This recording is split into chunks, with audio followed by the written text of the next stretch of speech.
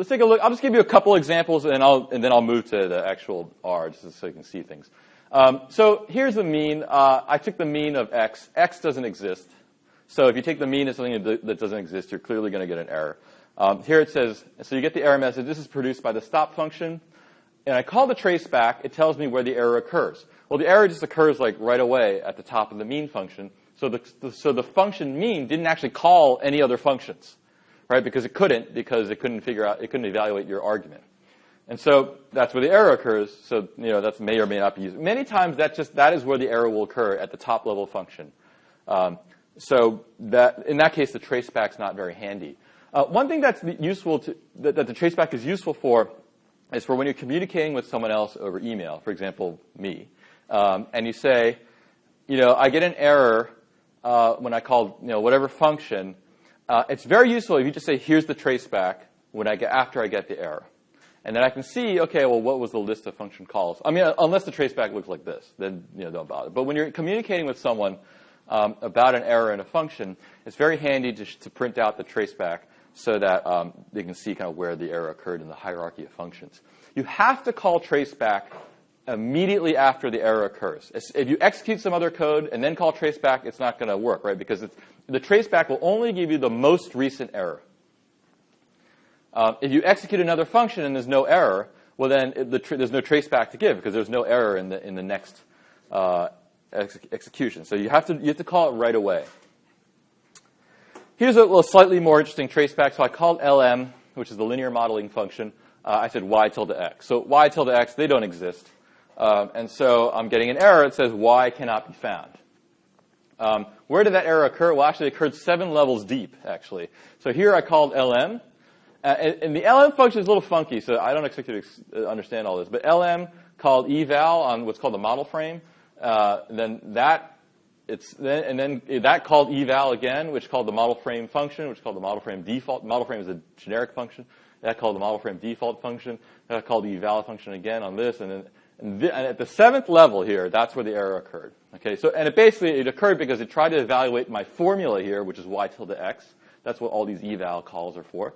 And it couldn't. And when it evaluated the formula, it couldn't find the actual values of y and x. So then that's where the error occurred.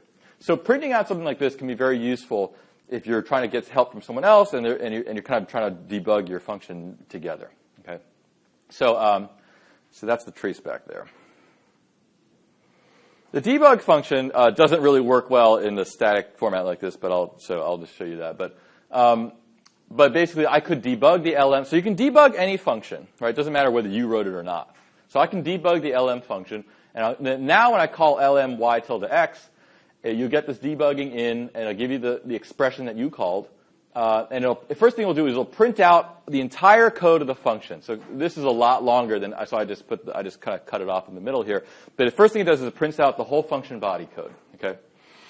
And then you get this little prompt at the bottom here. The browse prompt. So now you're in what's called the browser, okay? And the browser is just like your R workspace, actually. You can think of it as like a workspace embedded within a workspace, right? But the elements of the workspace are the environment of that workspace in the browser is your function environment. So the things that are in your function are what are in your environment. So at the very top of this function, when you just execute, there's nothing in your environment except for the function arguments, right? So what are the function arguments? Well, the first one is the formula. So I have a formula in my environment, which is this y tilde x, but that's it. Anyway, so now I can, there are other arguments to LM2 which have default values. But they're not listed there. But they do. I shouldn't say there's more than just the formula because there's other arguments. So here, what I do is I press N for next, and it runs the first line. I hit N and then enter, and then it runs the first line. N, then enter, it runs the second line. N, enter, third. I just keep hitting N, N, N until I run, and I just execute each line until I get to the line where the error occurs. So when you get to the line where the error occurs and you execute it, you'll get an error, just like you did before. It's not going to magically fix the problem by itself. But at least you'll know where that error occurred. Okay. So, and furthermore, suppose you can debug functions within the debugger, right? So you can, I can call, if I want, so I can call, so this match.call function, I just kind of stepped right over it, but I could have gone into this function by calling debug on match.call before executing it, and then when this got executed, I'd be in the third level of the browser. And so these things can nest, and then as you go out, so they're kind of like a stack of browser frames, right?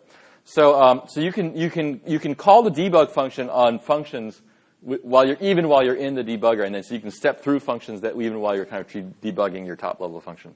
The recover function, so you can set the recover to be this kind of error handler, but using the options function. So you can say options error equals recover, and so that will set a global option, right? So now this behavior will occur everything you do as long as your R session is open. As soon as you quit, it'll go away, and then if you start up R somewhere else, it's not gonna save that option. So now what I'm trying to do is I'm going to read.csv some file that doesn't exist, okay? And then you get an error, and you get the error message, cannot open the connection, and you get some warning also. And now, but instead of getting my console back, I get a little menu here. And this menu is the function call stack, okay?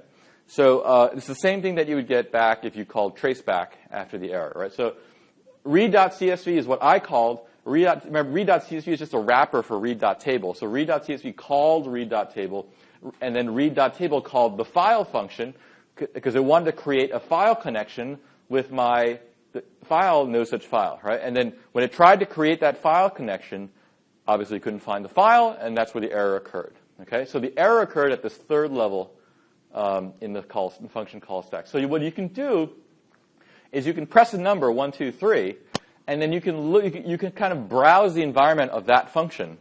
So if I want to see, okay, well, what was going on in read.csv, I could press 1 here, and then it would show me kind of the environment in the read.csv. And then I can break out of that and look at the environment for read.table, et cetera. And so you can, if you have a very long function call stack, you can kind of jump back and forth to see what was going on at each function call to try to pinpoint kind of where the problem occurs. Okay.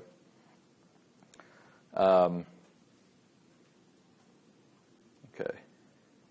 So just to summarize really quickly, there are basically the three main indications of some sort of problem or condition. There's the message, warning, error, and of the three, only the error will stop execution of the function.